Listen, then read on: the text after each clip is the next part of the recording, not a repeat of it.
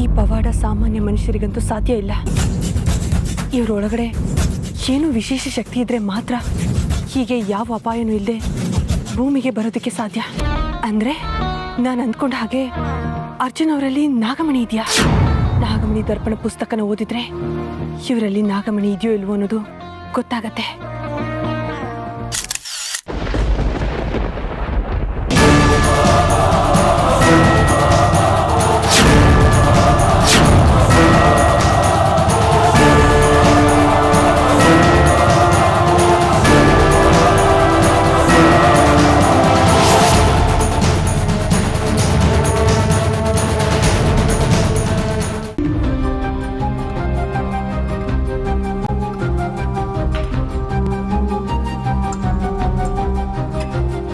ಇವಳ ಸ್ಥಿತಿ ನೋಡಿದ್ರೆ ನಾನು ಕರಳೆ ಕಿತ್ಬರೋಕೆ ಆಗ್ತಾ ಇದೆ. ಕ್ಷಣ ಕ್ಷಣಕ್ಕೂ ಅರ್ಜುನ್ ಅರ್ಜುನ್ ಅಂತ ಅಂಬಲಿಸ್ತಾ ಇದ್ದಾಳೆ. ದೇವ್ರೆ, ನಮ್ಮ ಅರ್ಜುನ್ ಎಲ್ಲಿ ಇದ್ರು ಆದಷ್ಟು ಬೇಗ ಮನೆಗೆ ಬರೋಕೆ ಮಾಡಪ್ಪ. ಅಯ್ಯೋ, 2 ಗಂಟೆ ಆಯ್ತು, ಇವಳು ಇನ್ನೂ ಊಟನೇ ಮಾಡಿಲ್ಲ. ಮನಸ್ಸು ತುಂಬ ದುಃಖನೇ ತುಂಬಿರ್ಬೇಕಾದ್ರೆ ಹೊಟ್ಟೆ ಹಸುವು ಇವಳಿಗೆಲ್ಲಿ ಗೊತ್ತಾಗುತ್ತೆ?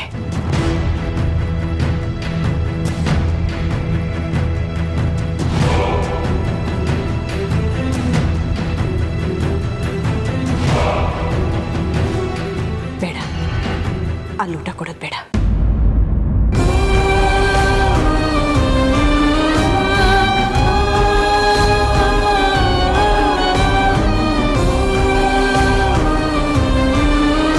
ಹೇಮಾ, ಬಾ ಊಟ ಮಾಡು.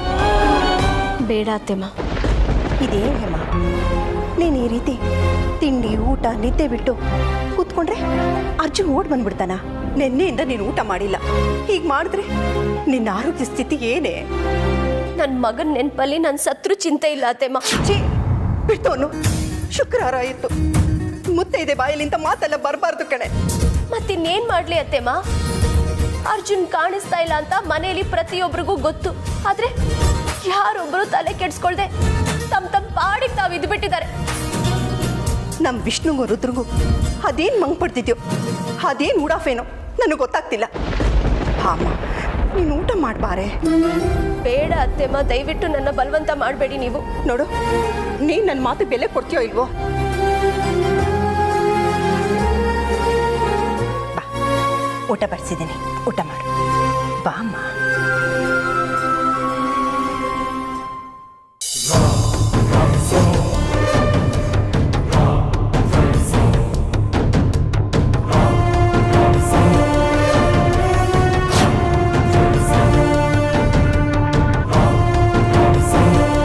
ಅಮೃತವ್ರೆ, ಪಾಪ ಅಲ್ಲಿ ರಾಕೇಶ್ ಅವರು ಒಬ್ಬರೇ ಟೆಂಟ್ ಹಾಕೋದಕ್ಕೆ ತುಂಬ ಕಷ್ಟಪಡ್ತಾ ಇದ್ದಾರೆ. ನಾನು ಹೋಗಿ ಸಹಾಯ ಮಾಡಲಾ? ನೀವೇನು ಹೋಗೋದು ಬೇಡ, ಅವ್ರೇನಾದರೂ ಮಾಡ್ಕೊಳ್ಳಿ, ನೀವಿಲ್ಲೇ ನಿಂತ್ಕೊಳ್ಳಿ. ರೀ, ಅವ್ರು ನಮ್ಮ ಅಜ್ಜಿ ದೂರದ ಸಂಬಂಧ, ಪ್ಲೀಸ್ ಅವ್ರು ಸಹಾಯ ಮಾಡ್ಬಿಡ್ತೀನಿ. ಅವ್ರನ್ನ ನೋಡಿದ್ರೆ ನನ್ಗೆ ಯಾಕೋ ಒಳ್ಳೆಯವರು ಅಂತ ಅನ್ಸಲ್ಲ. ನೀವೇನು ಫೇಸ್ ರೀಡರಾ? ಅಲ್ಲ ರೀ, ಮುಖ ನೋಡಿದ ತಕ್ಷಣ ಮನಸ್ಸನ್ನು ಅಳೆಯೋದಕ್ಕಾಗಲ್ಲ, ಹಾಗೆ ಅರ್ಥನೂ ಮಾಡ್ಕೊಳ್ಳೋದಕ್ಕಾಗಲ್ಲ. ನೀವಿಲ್ಲೇ ರೀ, ನಾನು ಹೋಗಿ ಸಹಾಯ ಮಾಡ್ಬರ್ತೀನಿ.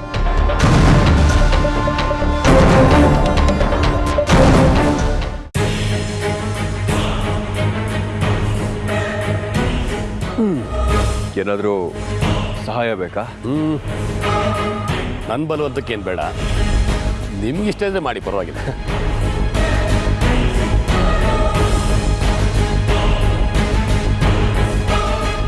ಹೌದು ಅರ್ಜುನ್, ನೀವಿಬ್ರೇನು ಈ ಕಾಡಲ್ಲಿ? ಏನಿಲ್ಲ, ನನಗೂ ಅಮೃತ ಅವ್ರಿಗೂ ಸ್ವಲ್ಪ ಏಕಾಂತ ಬೇಕು ಅಂತ ಅನ್ನಿಸ್ತು, ಅದಕ್ಕೆ ಇಲ್ಲಿಗೆ ಬಂದ್ವಿ. ಅಲ್ಲ, ಹೋಟೆಲು ರೆಸಾರ್ಟ್ ಎಲ್ಲ ಇತ್ತಲ್ಲ? ಇತ್ತು, ಆದರೆ ಅದೆಲ್ಲ ಕೃತಕ. ನಿಜವಾದ ಪರಿಸರ ಪ್ರಕೃತಿನ ಇಲ್ಲಿ ಸವಿಬಹುದು ಅಂತ ಇಲ್ಲಿಗೆ ಬಂದ್ವಿ. ಅಲ್ಲ, ನಾನು ಬಂದು ನಿಮ್ಮಿಬ್ಬರು ಪ್ರೈವಸಿನ ಡಿಸ್ಟರ್ಬ್ ಮಾಡಿದೆ ಅನ್ಸುತ್ತೆ. I am very sorry. ನಾನು ಬೇರೆ ಕಡೆ ಹೋಗ್ತೀನಿ. ಹೋಗ್ತಾ ಇದ್ದಾನೆ. ಅಯ್ಯೋ, ನೀವಿಲ್ಲಿರೋದ್ರಿಂದ ನಮಗೇನು ತೊಂದರೆ ಇಲ್ಲ. Thank you very much. ಅದು ಸರಿ, ನೀವೇನು ಈ ಕಾಡಲ್ಲಿ? ಕುತೂಹಲಕ್ಕೆ. ಕುತೂಹಲನ ಅಂದರೆ? ಅಂದರೆ ಈ ಇಚ್ಛಾಧಾರಿ ನಾಗಗಳು ಮತ್ತು ನಾಗಮಣಿ ಬಗ್ಗೆ ರಿಸರ್ಚ್ ಮಾಡೋದು. ಅಲ್ಲ ರಾಕೇಶ್ ಅವರೇ, ಈಗಿನ ಕಾಲದಲ್ಲೂ ಈ ನಾಗಮಣಿ, ಇಚ್ಛಾಧಾರಿ ನಾಗಿಣಿ ಇದನ್ನೆಲ್ಲ ನಂಬ್ತೀರಾ? ಕಣ್ಣಿಗೆ ಕಾಣುವುದು ಸತ್ಯ, ಹಾಗೆ ಕಣ್ಣಿಗೆ ಕಾಣದೇ ಇರೋದೆಲ್ಲ ಮಿಥ್ಯ ಅಲ್ಲ. ಅರ್ಜುನ್, ನಾಗಮಣಿ ಇರೋದು ಸತ್ಯ, ಹಾಗೆ ಇಚ್ಛಾಧಾರಿ ನಾಗಿಣಿಗಳಿರೋದು ಸತ್ಯ.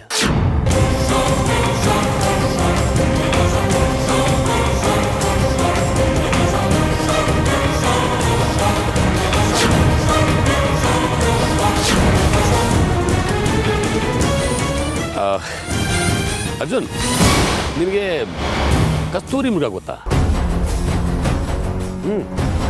ಈ ಕಸ್ತೂರಿ ಮೃಗದ ಬಗ್ಗೆ ಸಾಕಷ್ಟು ಕೇಳಿದ್ದೀನಿ, ಓದಿದ್ದೀನಿ ಕೂಡ. ಆ ಕಸ್ತೂರಿ ಮೃಗ ದೇಹದಿಂದ ಉತ್ಪತ್ತಿಯಾಗುವ ಸುಗಂಧವನ್ನ ತನ್ನ ಹೊಟ್ಟೆ ಕೆಳಗಿಟ್ಕೊಂಡಿರುತ್ತೆ. ವಿಪರ್ಯಾಸ ಏನು ಅಂದ್ರೆ, ಆ ಮೃಗಕ್ಕೆ ಸುಗಂಧ ನನ್ನ ಹೊಟ್ಟೆ ಕೆಳಗೆ ಇದೆ ಅನ್ನೋದು ತಿಳಿದೆ ಸುಗಂಧನ ಹುಡ್ಕೊಂಡು ಹರಿತಾ ಇರ್ತಂತೆ.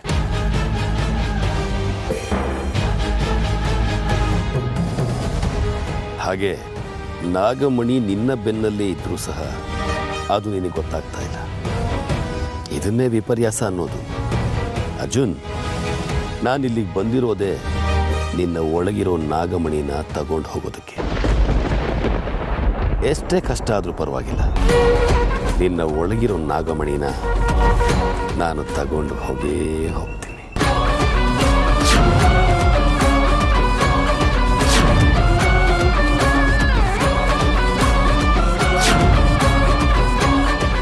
ಅರ್ಜುನ್ ಅವ್ರ ಮೇಲೆ ನನ್ನ ಮೇಲೆ ಯಾರ ಕಣ್ಣು ಬೀಳಬಾರ್ದು ಅಂತ ನಾನು ಅವ್ರನ್ನ ಈ ಕಾಡಿಗೆ ಕರ್ಕೊಂಡು ಬಂದೆ. ಇಲ್ಲಿ ನೋಡಿದ್ರೆ ಈ ರಾಕೇಶ್ ಬಂದಿದ್ದಾನೆ. ಆದಷ್ಟು ಬೇಗ ಈ ರಾಕೇಶಿಂದ ನಾವು ತಪ್ಪಿಸ್ಕೋಬೇಕು.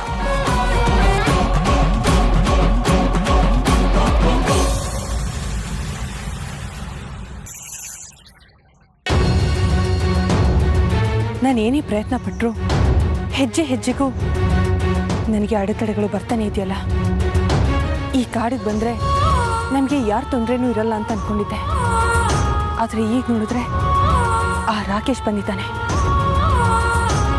ನಾಗಮಣಿ ಮನುಷ್ಯನ ಒಳಗಡೆ ಇದ್ದರೆ ಅವನ ವರ್ತನೆ, ಅವನ ನಡವಳಿಕೆ, ಅವನ ಹಾವಭಾವ ಹೇಗಿರುತ್ತೆ ಅಂತ ನಾಗಮಣಿ ದರ್ಪಣದಲ್ಲಿ ವಿವರವಾಗಿರುತ್ತೆ. ಅದನ್ನು ಓದಿ ಅರ್ಜುನ್ ಅವ್ರ ಒಳಗಡೆ ನಾಗಮಣಿ ಇದೆಯೋ ಅಲ್ವೋ ಅಂತ ತಿಳ್ಕೊಬೇಕು. ಹಾಗೆ ಅರ್ಜುನ್ ಅವ್ರನ್ನ ಇಲ್ಲಿಂದ ಕರ್ಕೊಂಡು ಹೊರಟೋಗ್ಬಿಡ್ತೀನಿ.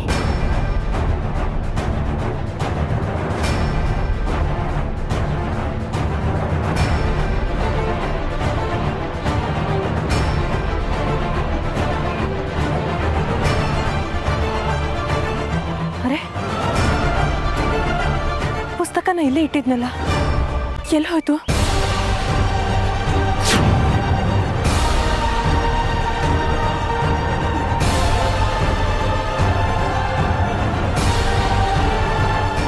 ಇಲ್ಲಿ ಕಾಣಿಸ್ತಾನೆ ಇಲ್ವಲ್ಲ, ಎಲ್ಲ ಹೋಯ್ತು? ನಾನು ಪುಸ್ತಕನ ಇಲ್ಲೇ ಇಟ್ಟಿದ್ನಲ್ಲ, ನಾಗಮಣಿ ದರ್ಪಣ ಪುಸ್ತಕನ ಯಾರು ಕದ್ಬಿಟ್ರು?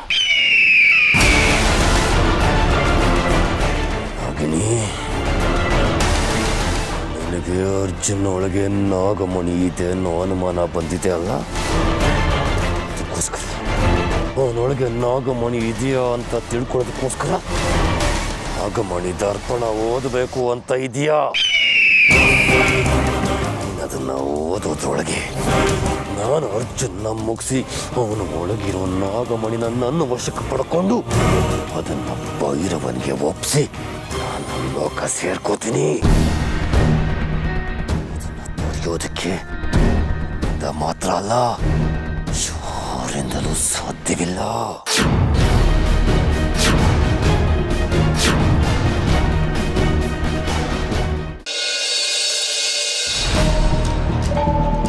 ಅರ್ಜುನ್ ಅವ್ರು ಎಲ್ಲೂ ಕಾಣಿಸ್ತಾ ಇಲ್ವಲ್ಲ, ಎಲ್ಲಿ ಹೋದ್ರು?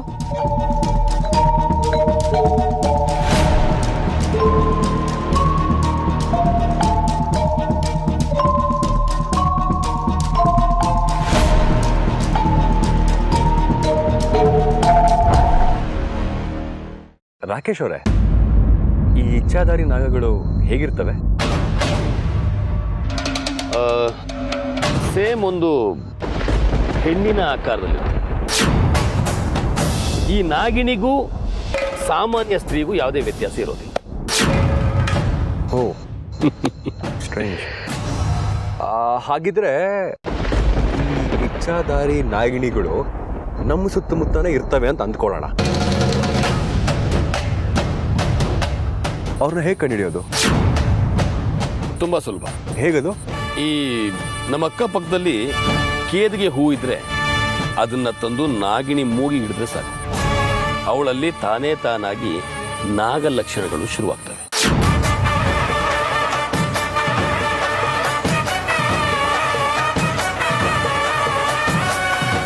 ಈ ನಾಗದಾಳೆ ಸೊಪ್ಪು ಮತ್ತು ಪುಂಗಿನಾದದಿಂದ ಅವುಗಳನ್ನ ಕಂಡುಹಿಡಿಬಹುದು. ಹಾ ಅರ್ಜುನ್, ಈ ನಾಗಿಣಿಗಳ ಬಗ್ಗೆ ಒಂದು ಕತೆ ಇದೆ, ಕೇಳ್ತೀಯಾ? ಅಯ್ಯೋ, ಇದೇನು ಹೀಗೆ ಹೇಳ್ತಾ ಇದ್ದೀರಾ?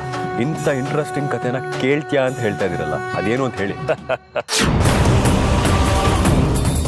ನಾಗಲೋಕದಲ್ಲಿ ನಾಗರಾಜ ನಾಗರಾಣಿ ಅವರ ಒಬ್ಬಳೇ ಮಗಳಿದ್ರು.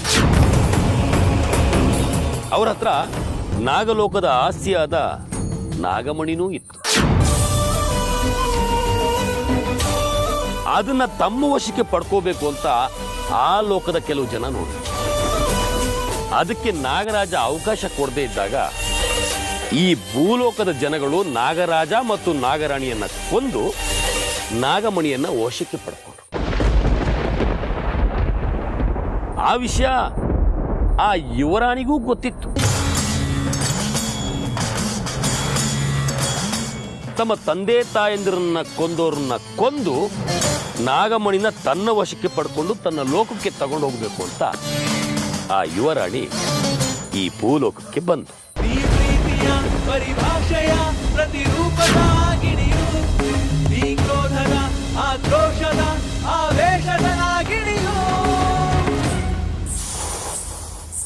ಒಂದು ಗೂಡಿನಲ್ಲಿ ಒಂದು ಗೂಡಿದ ಒಂದು ಚಂದ ಕಥೆಯ ಮುಗಿಸಿ ಹಾಕಿದಿರಿ, ಮರೆಯಲಾರೆನು ಸೇರಿ ನೀವು ಚಿತೆಯ.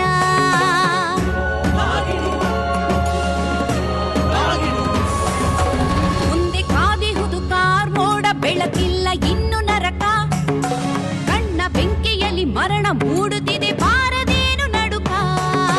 ಸತ್ಯ ಪರೀಕ್ಷೆಗೆ ಇಳಿದಳು ಇವಳು, ಅಗ್ನಿ ಪರೀಕ್ಷೆಯಲ್ಲಿ ಗೆಲ್ಲದ ಇರಲು ನಾಗಿಣಿ.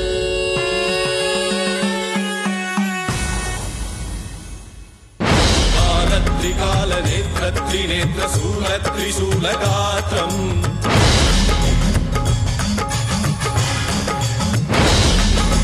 ಸತ್ಯ ಪ್ರಭಾವ ದಿವ್ಯ ಪ್ರಕಾಶ ಸ್ವರೂಪ ಮಾತ್ರಂ. ಅರ್ಜುನ್, ನಿನ್ನ ನೋಡಿ ಎಷ್ಟೋ ದಿನಗಳಾಗೋದ್ವು ಅಂತ ಅನಿಸ್ತಾ ಇದೆ. ಎಲ್ಲಿದೆಯೋ ಹೇಗಿದೆಯೋ ಗೊತ್ತಿಲ್ಲ. ನೀನು ಎಲ್ಲೇ ಇದ್ರೂ ಕ್ಷೇಮವಾಗಿರು ಅಂತ ಆಶೀರ್ವಾದ ಮಾಡ್ತೀನಿ.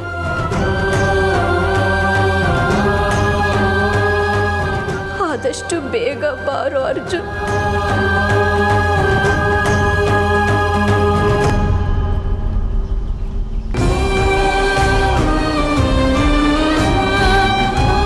ನಮ್ಮಮ್ಮನ ಸ್ಥಿತಿನ ನನ್ನ ಕೈಯಲ್ಲಿ ನೋಡೋದಕ್ಕಾಗ್ತಾ ಇಲ್ಲ. ಹಾಗೆ ಇವ್ರನ್ನ ಹೇಗೆ ಸಮಾಧಾನ ಮಾಡಬೇಕು ಅಂತಲೂ ಗೊತ್ತಾಗ್ತಾ ಇಲ್ಲ. ಏನಾದರೂ ಮಾಡಬೇಕಲ್ಲ, ಏನು ಮಾಡಲಿ?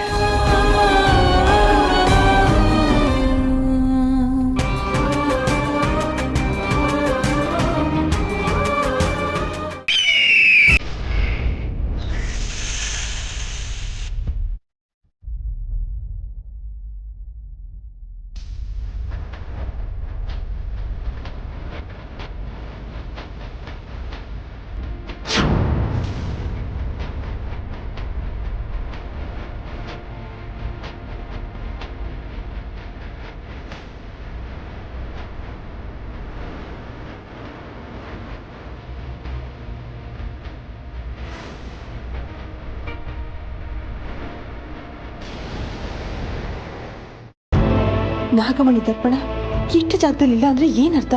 ಅದನ್ನ ಕಳ್ತನ ಮಾಡೋದಿಕ್ಕೆ ಈ ಕಾಡ್ನಲ್ಲಿ ಯಾರು ಬರ್ತಾರೆ? ಇದ್ದವ್ರು 3 ಜನ ಕದ್ದವ್ರು ಯಾರು ಅನ್ನೋ ಹಾಗಾಯ್ತು. ಕಾನಿಷ್ಕ ಬಿಟ್ರೆ ಇನ್ಯಾರು ಈ ಕೆಲಸ ಮಾಡಿರೋದಕ್ಕೆ ಸಾಧ್ಯನೇ ಇಲ್ಲ. ನೀನು ಹುಡುಕ್ತಾ ಇರೋ ಪುಸ್ತಕ ಇದೇನಾ ಅಮೃತ?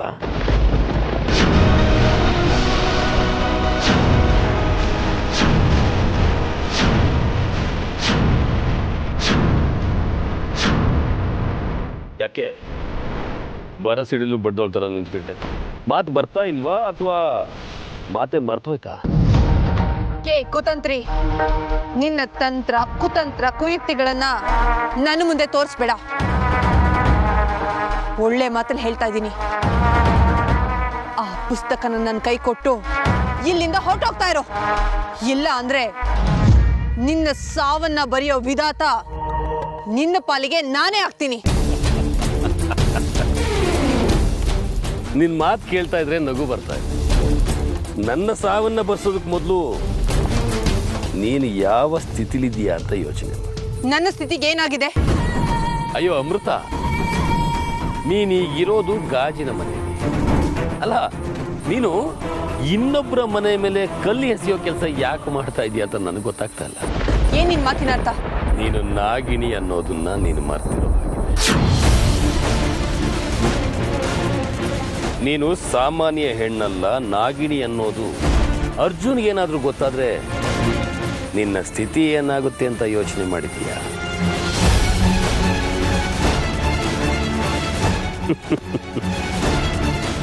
ಅರ್ಜುನ್ಗೇನಾದ್ರೂ ನೀನೇ ನಾಗಿಣಿ ಅನ್ನೋ ವಿಷಯ ಗೊತ್ತಾದ್ರೆ ಅವನು ನಿನ್ನ ಮೇಲೆ ಹಿಂದಿನ ಥರ ಪ್ರೀತಿ ತೋರಿಸ್ತಾನೆ ಅನ್ನೋ ತಪ್ಪು ಕಲ್ಪನೆಯಲ್ಲಿದೆಯಾ?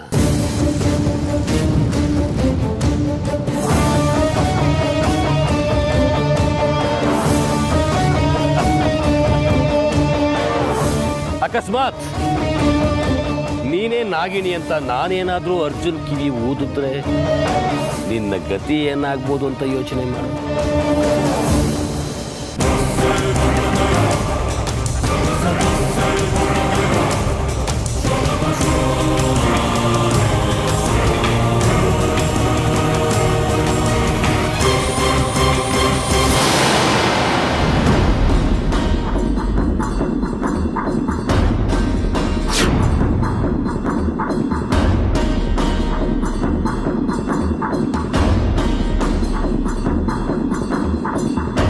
ಅಮೃತ ಅವರೇ,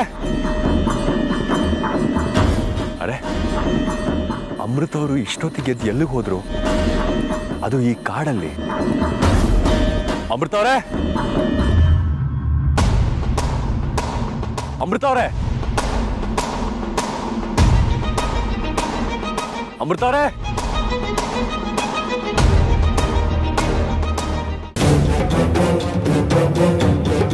ಯಾಕೆ ಆರು ಬಡಿಸ್ತಾ ಇದ್ದೋಳು ಆರು ಹೋದ? ಕಠೋರ ಸತ್ಯ ಅನ್ನೋ ಸೀಸ ನಿನ್ನ ಕಿವಿಗೆ ಬಿತ್ತ. ಅದನ್ನ ಅರ್ಗಿಸ್ಕೊಳಕ್ ಆಗ್ತಾ ಇಲ್ವಾ? ಯುದ್ಧ ಗೆಲ್ಲೋ ಚಾಕಚಕ್ಯತೆ ಇದ್ರೆ ಸಾಲದು, ಅದನ್ನ ಮೆಟ್ಟಿ ನಿಲ್ಲೋ ಛಾತಿ ಇರಬೇಕು. ಅದು ನಿನ್ನಲ್ಲಿಲ್ಲ. ಅದಕ್ಕೆ ಈಗ ನೀನು ನನ್ನ ಕಾಲ ಕೆಳಗಿದೀಯಾ.